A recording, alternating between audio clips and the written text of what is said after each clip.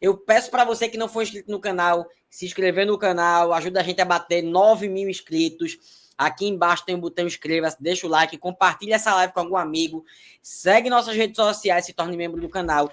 Na descrição da live tem também o link de rede social e de plano de membro. Segue também o canal Homem em Campo, que é o canal qual o Nilson faz parte. Essas análises que ele está fazendo aqui no nosso canal. Se você está gostando, que eu estou vendo pelo chat que o pessoal está gostando, dá uma passada lá no canal Homem em Campo, que tem episódio com o Renatinho, então é bem legal, dá uma passada lá, beleza?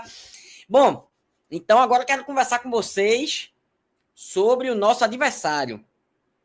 E aí, Vitor, vou começar por você, depois o Nilson e eu fecho. O que é que tu viu do América? O que é que tu acha dessa equipe do América, Vitor? E aí, quando o Vitor terminar, o Nilson já pode emendar. Pessoal do chat, hoje eu vou ficar em dívida com vocês, porque realmente, como eu disse, a gente tem convidado aqui. Quando tem convidado é mais difícil ler. Mas no final da live eu dou uma passadinha no chat, beleza? Vai lá, Vitor.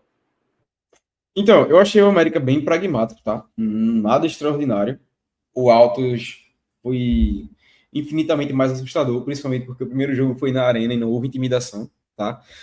Se a gente fosse colocar numa balança, a gente esperaria que o América não se intimidasse tanto assim, até pelo peso da camisa, por jogar por mais torcida. E o que, é que a gente esperaria num primeiro momento de um time que joga com uma média de público para 170 e poucas pessoas? Intimidação total. E não foi o que a gente viu. Foi mais incisivo, rodou melhor a bola, teve chances de gol, bola na trave, Roquenny trabalhando no limite ali no primeiro tempo do jogo contra na arena, contra o Altos. E o América, cara, como o Nilson falou, não veio para jogar e quando propôs, não teve as chances que achou que teria, assim, que decidisse jogar bola para vencer a partida. E salvo aquelas dois lances, né, que a gente acabou dando a bola para eles, dando o campo para eles. Então, assim, não tem muito o que esperar do América de diferente. O problema, como tem sido nessa segunda fase da Série D para a gente, desde que teve o retorno e começou o mata-mata, somos nós mesmos. A gente tem que esperar que o time não entre com aquela nhaca das últimas partidas. De entrar desligado, demorar para entrar no jogo, demorar para entrar na partida. E tá tudo ok, né, pessoal? Nos bastidores tá tudo em dia, tá tudo fluindo muito bem. Eu tava vendo agora uma matéria que é logística de seleção brasileira, até a frase principal da matéria era essa, que vai ter andar separado, ônibus de primeira linha. Então, tipo assim, o conforto e tudo que o pessoal da diretoria tá podendo fazer tá em dia. Estão tentando. A gente só espera que eles cheguem para corresponder todo esse esforço que está sendo feito da tia da cozinha à logística da direção, entendeu? É basicamente isso. Acho que o adversário principal da gente somos nós mesmos. E o mental, como o Nilson falou. Nilson, o que é que tu tem a falar aí sobre o América? O que é que tu viu do América para falar pra gente aí? Olha, eu achei um time pragmático, pelo menos, assim, eu não vejo eles sendo muito mais incisivos do que foram aqui. É óbvio que eles terão um ímpeto um pouco maior do que tiveram aqui, porque a própria torcida deles vai os obrigar e o próprio resultado já vai fazer isso. Né? O resultado já, eles vão entrar em campo perdendo, então eles precisam ser um pouco mais incisivos. E aí eu estou curioso para saber esse time um pouco mais exposto como será. Eu acho que o Santa Cruz terá muito espaço se souber aproveitar quando tiver a bola. É muito importante quando tiver a bola nos pés para não errar passe, os atacantes meias buscarem bem os espaços vazios, porque vai existir, porque o América ele vai ter que assumir o jogo. Não é? Eles têm uma característica de tentar construir desde trás, principalmente no tiro de meta, mas eu não vi assim uma saída muito clara. Tá? É uma coisa muito. Cara, não é essa. Não está vindo a palavra que eu gostaria, mas é meio que engessada. Tá? Uma vez que ela é feita, ela é repetida todas as vezes, salve com uma variação. Uma hora, quando a bola, goleiro, zagueiro lateral, vem dois homens correndo pela linha, esse primeiro que está correndo na frente do outro sai para fazer um movimento para dentro e a bola vai entrar nesse cara, nesse último atacante que está aqui.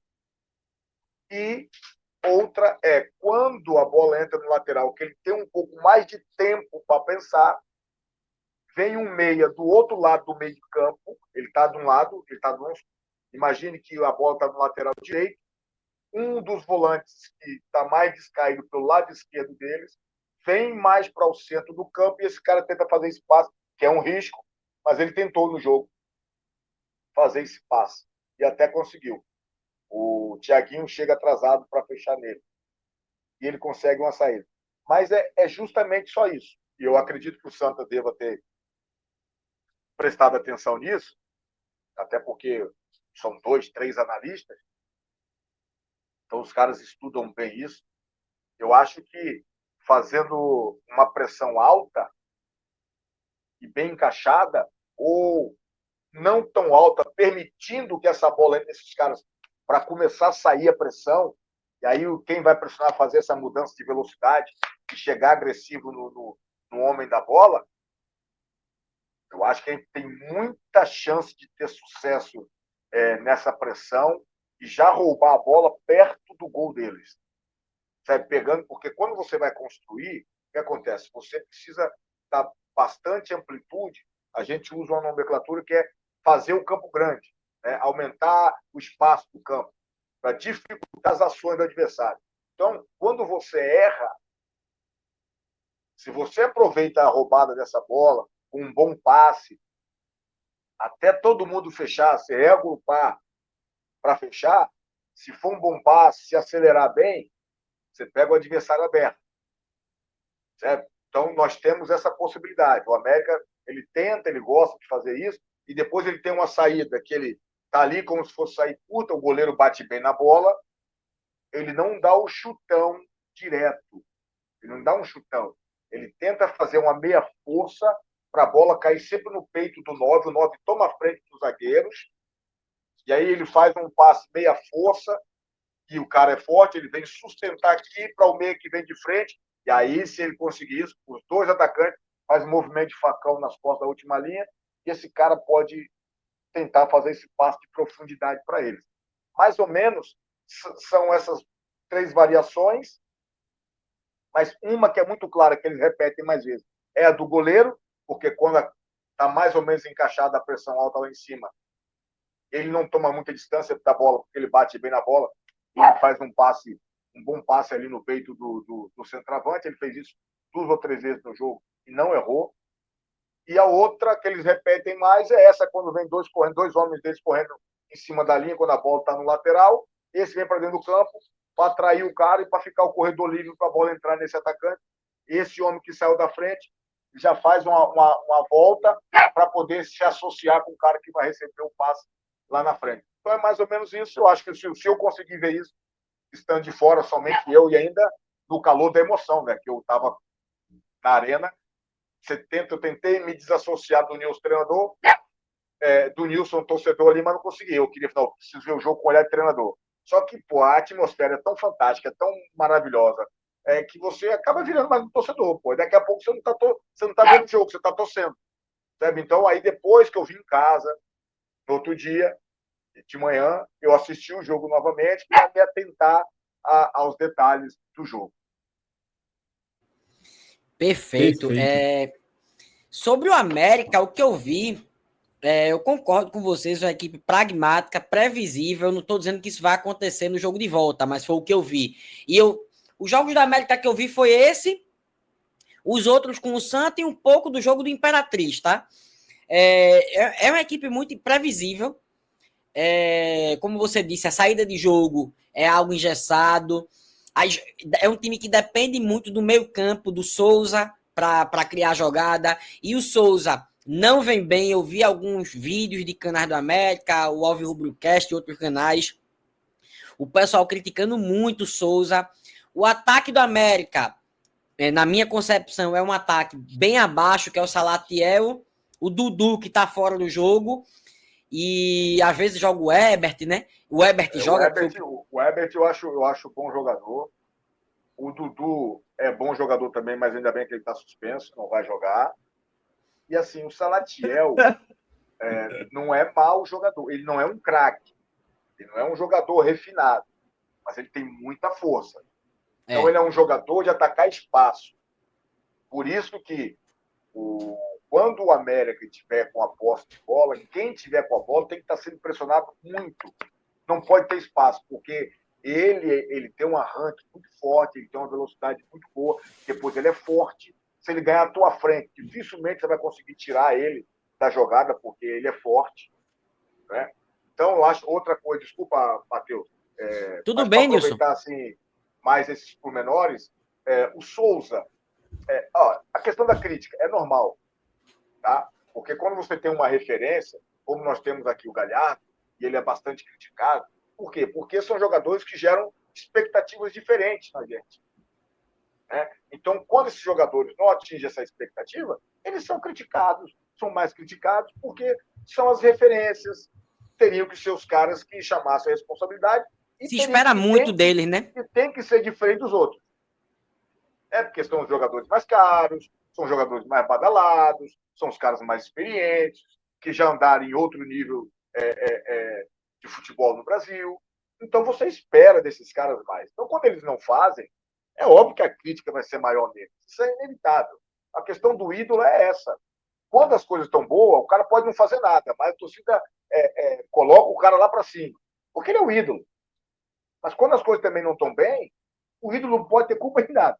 Mas ele leva a pancada, porque ele é a referência.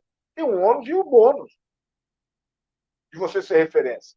Você tem que ter personalidade, né? E não ter mimimi, ficar moado, porque o torcedor está reclamando, está cobrando muito, está xingando. Cara, isso é o nosso trabalho.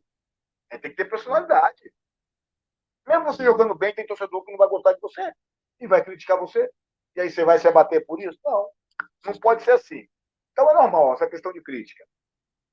E aí o Souza, eu acho que o Souza ele não pode ter liberdade, não precisa, na minha visão, também não precisa colocar ninguém em cima dele para marcar especial, não precisa, até porque ele não é esse cara dinâmico, ele não é muito veloz, não é? Ele precisa de espaço. Aí você vê que ele é um jogador inteligente, ele sai sempre do centro do campo, ele sai sempre da confusão, ou ele baixa muito perto dos zagueiros ou perto mais dos volantes para receber a bola e ficar de frente para o jogo, porque ele tem passe excelente, tanto por baixo quanto por cima, tanto curto quanto longo, o passe dele é perfeito. Então ele sai muito para essas zonas de campo, que acaba sendo zonas que não são zonas perigosas. Elas podem se tornar perigosas se nós não pressionarmos ele e se lá atrás ele estiver dormindo. Por quê? Quando o Souza baixa para vir buscar o jogo um pouco mais distante, cara, ele não vai ter muito. Ou ele vai ter um passe ali do lado com o cara que está do lado dele, que é um passe estéreo, não vai gerar qualquer problema, ou ele vai fazer uma inversão de bola, um movimento de facão para achar as costas dos nossos defensores e tal. E aí ele vai ser perigoso. Então, quando ele baixar e tiver essa bola, e principalmente quando ele não estiver sendo pressionado, que ele estiver livre, a última linha defensiva, ela tem que fazer o controle da profundidade muito grande, porque a probabilidade dessa bola entrar nas costas da linha defensiva é muito grande. Então, o que a linha defensiva tem que fazer? Baixar. Tirar a profundidade. Por quê? Quando ela baixa, ela fica mais perto do Roque. Uma bola que passa por ele, o Roque controla essa profundidade. Ou então a bola vai sair. Ele pressionado, a linha sobe. A linha se mantém onde está e mais compacta. Se ele tem a bola e não tem marcação, o que a linha defensiva e a linha média tem que fazer? Baixar, para tirar os espaços das costas, ser mais compacto, e aí você meio que mata esse passe dele. Aí você tira a fluidez do jogo dele. Então, o que eu vi no América é uma dependência muito grande do Souza.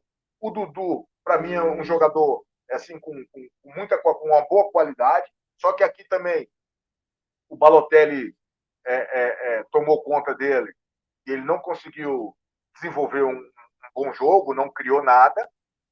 E aí, no jogo de casa, que talvez ele poderia ser o diferencial, né? Aquele cara que ia ser mais irrequieto, que ia acender mais a torcida com dribles, com passe e tal, ele não vai estar.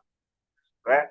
Então, Se nós tivermos esse controle no momento que a bola entra no pé do Souza, esse entendimento, eu acho que a gente consegue controlar bem o jogo. Porque depois são jogadores, não vou longe disso dizer aqui que são jogadores ruins, mas não são jogadores de passes diferentes, tirando o Souza e o Dudu que saiu. Né? A não ser que tenha algum jogador no banco que eu não tenha conhecimento.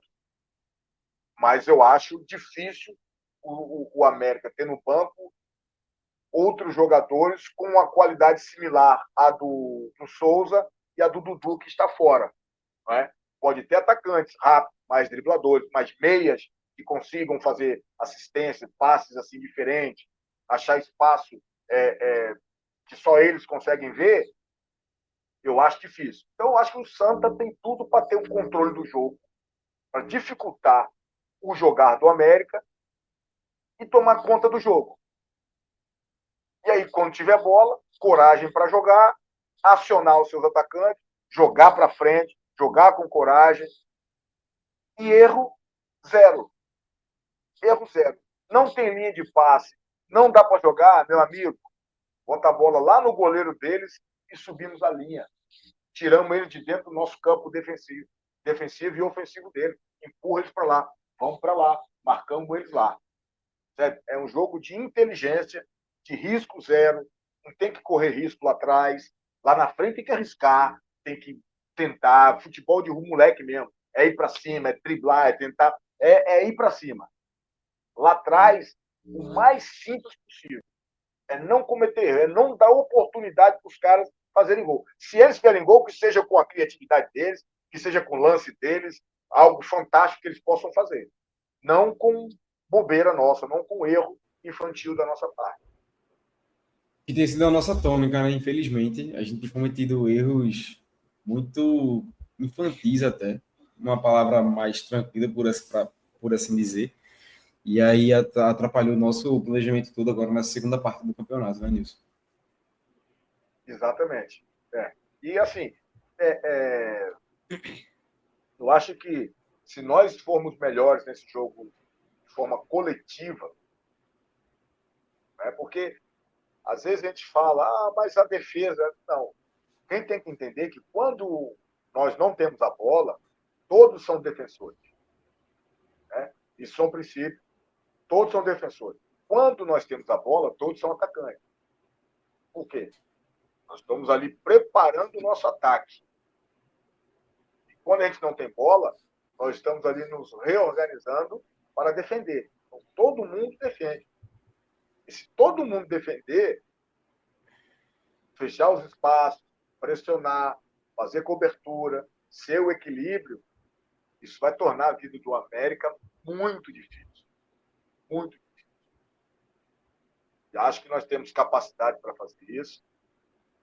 Eu acho que o Marcelo preparou bem o time. Eu falei uma coisa aqui em off aqui com vocês, vou falar. Eu acho que o gol do... Espero que eu não esteja errado, mas eu acho que o gol do Ariel foi o gol do acesso. Então, Eu acho que foi o gol do acesso.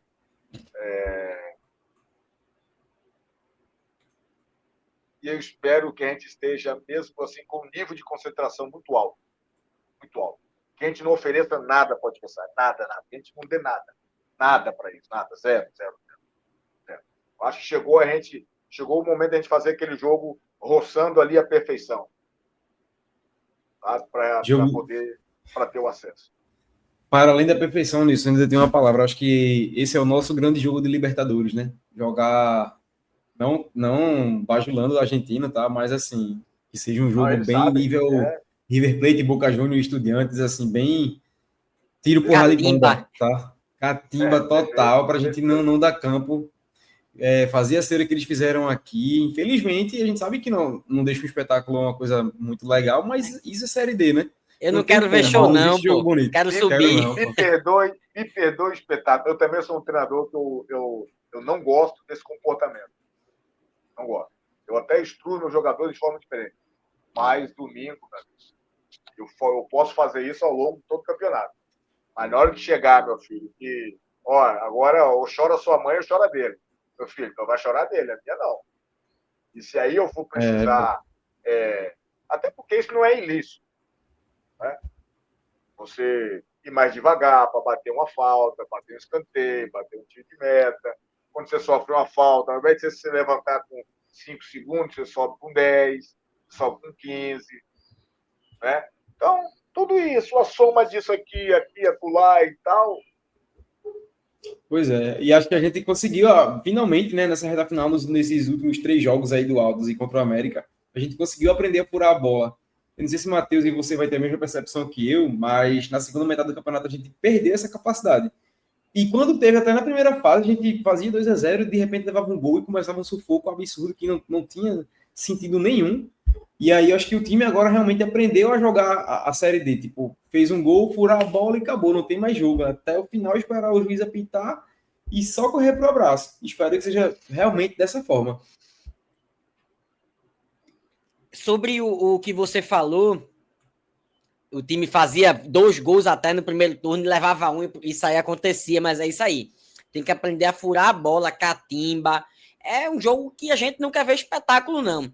Se em 90 minutos a bola só rolar por 1 minuto e acabar, tá bom. Não tem problema nenhum para mim. Não tem problema nenhum. Ano que vem. 0-0, tá tudo certo. Exatamente. Ano que vem a gente vê um espetáculo, tem a Champions League. Não, na semifinal. Aí na semifinal e final. Na final, pronto.